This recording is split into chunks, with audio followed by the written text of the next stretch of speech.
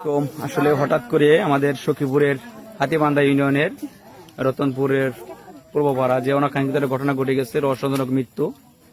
Abdul Barek seller ছেলে মেহেদি হাসান, বয়স 21, হঠাৎ করে বাড়ির উঠানে দরজার সামনে উপর করে পড়েছিল। কেন, কি জন্য মৃত্যুটা ঘটেছে, এখন আমরা তার মায়ের মুখ থেকে কিছু বক্তব্য শুনবো। কি দেখলেন আপনি, কেন হঠাৎ করে এরকম মৃত্যুটা, আপনি কি মনে করছেন? আসলে কি আমি বাড়িতে ছিলাম না, আমি ছিলাম, আমার চাচা মারা গেছে।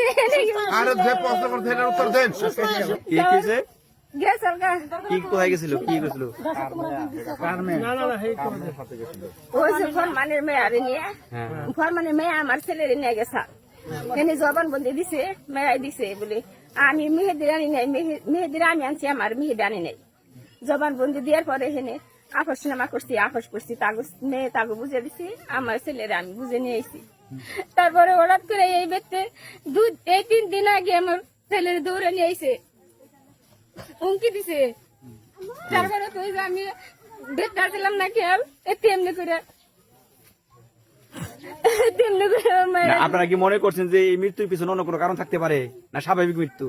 স্বাভাবিক না, স্বাভাবিক না, স্বাভাবিক না। স্বাভাবিক থাকলে তাহলে হেনকে হুমকি দিল কে, এনকে নাটি নইছে, ছাগল নিয়েছে, এনকে লোকে নিয়ে আইছে।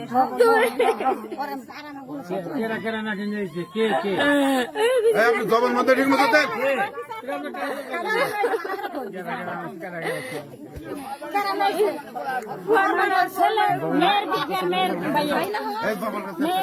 দেখুন, আমরা এখন মায়ে একটু কান্নায় ভেঙে পড়ছি, আমরা বাবার কাছ থেকে বিস্তারিত জানবো।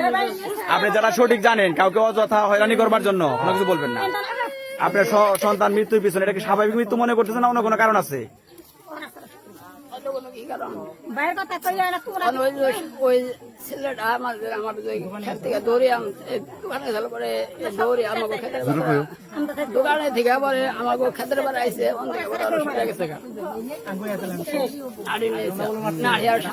আসছিল কে? ওই ফরমানের ছেলে আর দুইটা। আপনারা কি জানেন? আগে মারছে ওরে, মনে করেন যে ওর আপনি কি অনেছেন?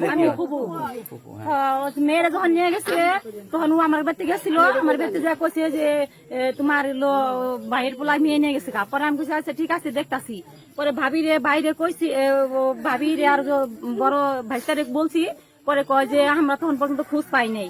আচ্ছা তারপরে থেকে সকালবেলায় খোঁজ পাওয়ার পরে পরে বলছে যে রাস্তায় তাকে যে ইয়ে থেকে ধরছে, ছুটি থেকে ধরছে। পরে সেখানে মনে করুন যে আমাকে এলাকা থেকে ওই যে ভাই ছিল রাস্তায় মারছে, দৌড়া ওই ইয়ে মারছে, ওর হকের ছেলে ওরা মারছে। তারপরে ওহে মারার থেকে মনে করেন যে ওরা কোনো কিছু মনে করে নাই, আছে ঠিক আছে মারছে। পরে মেয়ের কাছ থেকে স্বীকারোক্তি নিছে, মেয়ে বলছে যে মেহেদিরে আমি নিয়ে আইছি, মেহেদি আমার নিয়ে আহে নাই। পরে বড় ভাই দূরে মারছি। পরে হে বিচারের সময় মানুষের সবাই খাড়াইয়া হেরে দাপকি দিছে, কে তো মারো কে তো মানুষের সামনে। পরে সেটা মীমাংস কইরা আপোষনামা কইরা তারা টাকা টুকে দিয়ে, টাকা টুকে নিয়ে মায়ের পক্ষে আমার বাড়িতে টাকাটা আনিছে, হাতে নিছে ছেলে দিছে,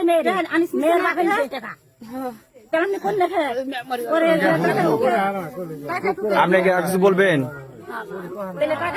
বাবা একটু কথা বলতে সমস্যা।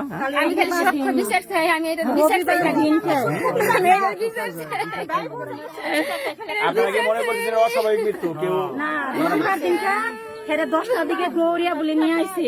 পাশের বাড়ির এক ছেলে এমনি অসুস্থ ছিল, তারে ধরবার নিয়ে গিয়ে পরে পোলাহানি করছে যে একটু খাওয়াইয়া মাথায় মুখে পানি ডাইলে তার সুস্থ করি। পরে ওই ছেলে থেকে দৌড়ে নিয়ে আসছে, আমার ভাইয়ে বলছে যে এলো আমার জ্বরে দৌড়ে নিয়ে আসছি। পরে বাইরে আমার কাছে গেছে, পরে আমি বাইরে কইছি যে কে থেকে সালকে। পরে শুনছি যে একটা অসুস্থ পোলারে হেরা এলো, মনে করেন যে একটু পানি টানি খাওয়াইয়া সুস্থ করবো, আসি টুচি খাওয়াইয়া। তারপর হেন থেকে আসছে কালকে রাত্রে মনে হয় যে, তারপরে সারাদিন কাজ করছে ওই ছেলেটা, সারাদিনও কাজ করছে, কাজ করে সন্ধ্যায় আইসে গোসল করছে। তারপরে ভাবিরে কইছে ভাবি আমার ভাত দাও। 8টার দিকে খাবার খাইছি, খাবার টাবার খাইয়া সুস্থ পোলাহান। তারপরে দোকানে গেছে, দোকানে যে এক কাপ চা খাইছে আর একটা কি আল্লাহ খাইছে, 10 টাকার জিনিস খাইয়া আইয়া নিয়ে ঘরে শুইছে। ওর বড় ভাই 10টার দিকে আইছি, আর পরে দেখে যে এলো পরে মোবাইল বাজতাছে। পরে যখন মোবাইল বাজছে তখন এলো ওর ভাইয়ে মোবাইলের শব্দ পাইয়া আর ওর ভাই ডাক দেয় না, যে ঘরে শুয়ে রয়েছে দরজা দিয়ে। তারপরে মনে করেন যে বাইরে যা শুইছে, ওই আমার স্বাস্থ্য ভাই ওই বাড়ি ভাবি বেঁচে ছিল না, আমার মা অসুস্থ, আমার মা যে আমার কাছে রাতে আসার পরে ভাইয়ে কইছে যে এলো ওইরা না তোর ভাই মেয়ে দেবা করে পড়ে রয়েছে কে খালি গায়ে এভাবে পড়ে রয়েছে। পরে আমার ভাইয়ের ছেলে আর ভাইয়ের ছেলের বউ আমার দৌড়িয়ে গেছে, যা বলছে যে এলো ফুবু ফুবু গেট খুলুন। আমি বলছি কে চুরাইছে এবার সুর কয় না ফুবু আমি শুন না, আমি গেট খুলুন ফুবু। পরে আমি গেট খুলছি, ওর বউ কয় ফুবু গেট খুলুন। আইসা দেখি যে আমার ভাইয়ে আমি বুঝতে পাইছি আছে, ওখান দিয়ে যে আমার ভাইয়ে দৌড়ে নিয়ে একটু বড় হয়েছে, পায়খানা করে দিছে। আমার চাষা উডিরা দেখছে নারী নাই, হাসপাতালে নিয়ে ছিল, কিন্তু হাসপাতালে নেওয়ার মতো মনে করেন যে তার বুই নাই, খালি ঘাট দায় এভাবে রয়েছে, হালকা একটু রক্ত। আপনারা চাচ্ছেন যে তদন্ত করে কি হয়েছে কিভাবে হইলে প্রয়োজনীয় ব্যবস্থা নিক প্রশাসন। ওখান দেখে যে না তার নারী টারি কিছুই নাই, একবারে মনে করেন যে হাত পা ঠান্ডা হয়ে গেছে, অবস্থায় পাইছে। তারপরে পায়খানা করছে। কোন জখম টখম আপনারা দেখতে পাচ্ছেন? না আমরা কোনো জখম টখম দিই না, মাইরা রেখে গেছে। ও জখম আছিল। এই যে জায়গায় এই যে থুতাই এমু ঘাড়ে আছে টিভিতে আছে মারছে, হাতের সব আঙ্গুল আমরা কাটি ফেলেছি।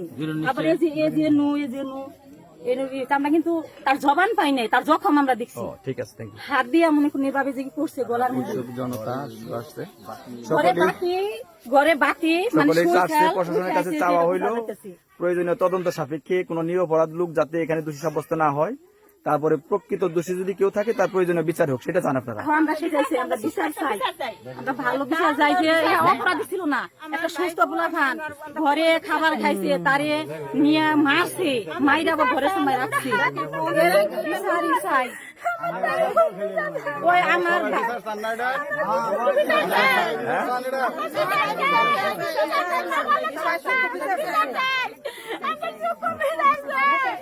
এখন উনি হচ্ছে ছেলের দাদা। আপনি কি বলছেন, এটা কি স্বাভাবিক মৃত্যু না অন্য কিছু মনে করছেন আপনারা?